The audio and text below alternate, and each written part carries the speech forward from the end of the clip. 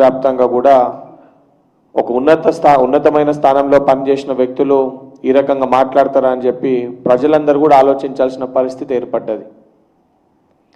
నిన్న బల్క సుమన్ మాట్లాడుతూ చాలా క్లియర్ కట్గా బీఆర్ఎస్ పార్టీ ఇచ్చే పిలుపులకి, బీఆర్ఎస్ పార్టీ చేపట్టే ధర్నాలకి రైతులు ఎవరు రావట్లేదు, బీఆర్ఎస్ పార్టీ కార్యకర్తలతోటి వాళ్ళే రైతు ఉద్యమాలని చేపడుతున్నట్టు చాలా క్లియర్ కట్గా బల్క సుమన్ ఒప్పుకోవడం జరిగింది.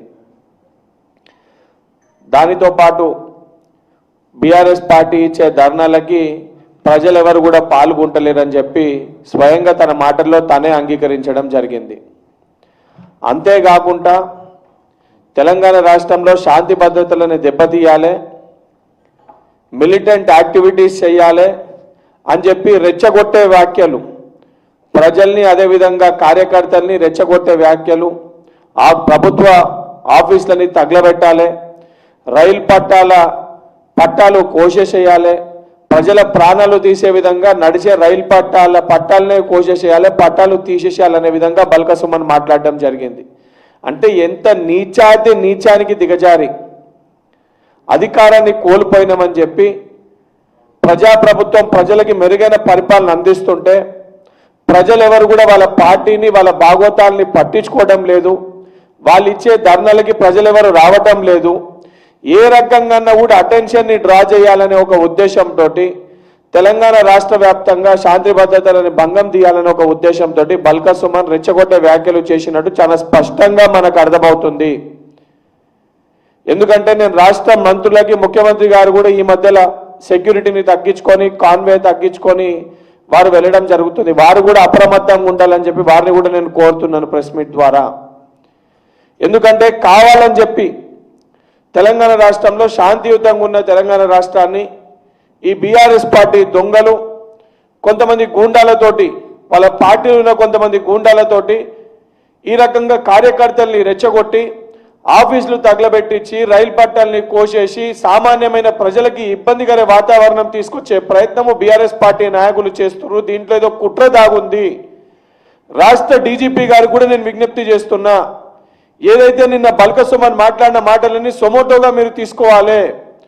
సొమోటోగా తీసుకొని దీని వెనుక ఏం కుట్ర దాగుంది, దీని వెనుక ఎవరున్నారు, దీని వెనుక బీఆర్ఎస్ పార్టీ నాయకుల ఒక పాత్ర ఏంది, వీరు ఏమి చేయాలనుకుంటారు, జరగరాంది ఏదన్నా రేపు పొద్దున జరిగితే తెలంగాణ రాష్ట్రంలో ఆ ఇబ్బందికర పరిస్థితులను మనం ఎదుర్కోవాల్సి వస్తుంది. కాబట్టి వెంటనే ఇటువంటి సంఘ విద్రోహ శక్తులు బల్క సుమన్ సొంటోల్ని కటకటాల్లో నెట్టి వాళ్ళపైన ఎంక్వైరీ జరిపి తన మాట్లాడిన మాటలలో వాళ్ళు చేస్తున్న కుట్రలేందో ఆ కుట్రలన్నింటినీ కూడా భగ్నం చేయాలని ఒక ఉద్దేశాన్ని నేను రాష్ట్ర డీజీపీ గారికి మీడియా ద్వారా విజ్ఞప్తి చేస్తున్నా. సిగ్గుండాలే. BRS party working president KTR కూడా చెప్తున్నా, నీకు సన్నిహిత్యంగా ఉన్న ఒక వ్యక్తి, నువ్వు సోదరుడని చెప్పి పిలిచే ఒక వ్యక్తి సిగ్గు శరం లేకుండా తెలంగాణ రాష్ట్రంలో శాంతి భద్రతల్ని భంగం కలిగించే విధంగా ఏదైతే మిలిటెంట్ యాక్టివిటీస్ చేయాలని చెప్పని మీడియా ముఖంగా బహిరంగంగా ఈ రకంగా మాట్లాడితే అసలు వ్యక్తిని ఇంకా వెనకేసుకొని వచ్చి పార్టీకి వెళ్ళి సస్పెండ్ చేస్తలేవనంటే మీ పార్టీ వైఖరి ఏ రకంగా ఉందో చాలా స్పష్టంగా ఇవాళ అర్థమవుతుంది. కేసీఆర్ గారు కూడా నేను విజ్ఞప్తి చేస్తున్నా, తెలంగాణ రాష్ట్రం సుఖ సంతోషాలతో ప్రజలు ఉండాలి, తెలంగాణ రాష్ట్రం బాగుండాలని చెప్పని ఆ రోజు మీరు రాష్ట్రం కోసం పోరాటం చేస్తే తెలంగాణ రాష్ట్రం ఇస్తే ప్రజలందరూ కూడా బాగుంటారు అనే ఒక ఉద్దేశంతో కాంగ్రెస్ పార్టీ తెలంగాణ రాష్ట్రాన్ని ఏర్పాటు చేసింది. ఉద్యమకారులం అని చెప్పి తెలంగాణ రాష్ట్రంలో క్రియాశీలకంగా పనిచేసిన వ్యక్తులుగా చెప్పుకునే కొంతమంది బల్క సుమన్ వంటి వ్యక్తులు ఈరోజు ఒక పదవి ఆశతోటి అధికార దాహంతో ప్రజలు మమ్మల్ని పట్టించుకుంటలేరు అనే ఒక ఉద్దేశంతో బీఆర్ఎస్ పార్టీ కార్యకర్తల్ని రెచ్చగొట్టి తెలంగాణ రాష్ట్రంలో జరగరాని సంఘటనలు జరగాలి అనే ఒక ఉద్దేశంతో మాట్లాడుతుంటే మీరు మౌనంగా ఉండడం అనేది సరైన పద్ధతి కాదు. కేసీఆర్ గారికి అదేవిధంగా కేటీఆర్ గారికి నేను సూచిస్తున్నా, నిజంగా తెలంగాణ రాష్ట్రం పట్ల మీకు చిత్తశుద్ధి ఉంటే, తెలంగాణ రాష్ట్ర ప్రజలు బాగుండాలనంటే, ఇటువంటి వ్యాఖ్యలు చేసే దాంట్లో నిజంగా మీ పాత్ర లేకపోతే తక్షణమే బల్క సుమన్ని మీ పార్టీలోకి వెళ్ళి బర్తరఫ్ చేయాలని చెప్పి డిమాండ్ చేస్తున్నాను.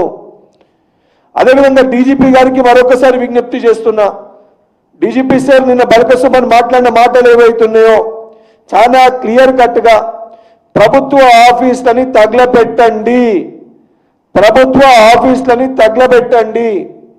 దానితో పాటు సెంట్రల్ గవర్నమెంట్కి సంబంధించిన రైలు పట్టాలు, ప్రజలు ఏదైతే ప్రయాణించే రైలు పట్టాలు ఏవైతున్నాయో ప్రజలు ప్రాణాలు తీసే విధంగా ఆ రైలు పట్టాలని కొయ్యండి, ఆ రైలు పట్టాలని తొలగించండి అని చెప్పి, మిలిటెంట్ యాక్టివిటీస్ చేయండి అని చెప్పి ఒక తీవ్రవాది, ఒక టెర్రరిస్ట్ మాట్లాడిన విధంగా బల్క సుమన్ నిన్న మాట్లాడడం జరిగింది.